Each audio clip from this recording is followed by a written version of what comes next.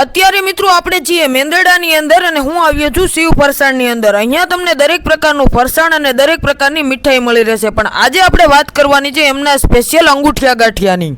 મિત્રો જોયું અહીંયા આપણા સ્પેશિયલ ગાંઠિયા અંગૂઠિયા બનવા જઈ રહ્યા છે। જો આ હું નાખ્યું અજમા તીખા, અજમા અને તીખા આવી ગયા મસાલો।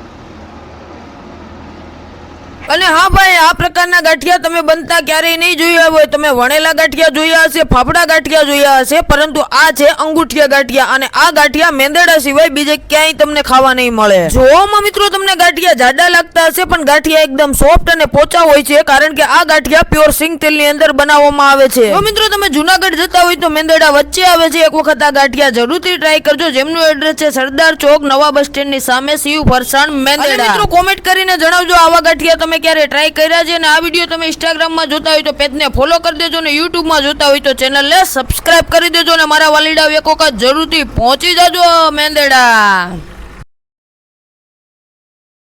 ઓલા વણેલા ગાંઠિયા બનાવ્યા, આ તમે ક્યાંથી શીખા આવી રીતના? આપણે આને 15 વર્ષ થઈ ગયા બરાબર, શીખાય ને આ ક્યાંથી શીખાય એમ કે તમારી રીતે? આપણી રીતે અંગૂઠિયા ગાંઠિયા બરાબર, આપણી રીતે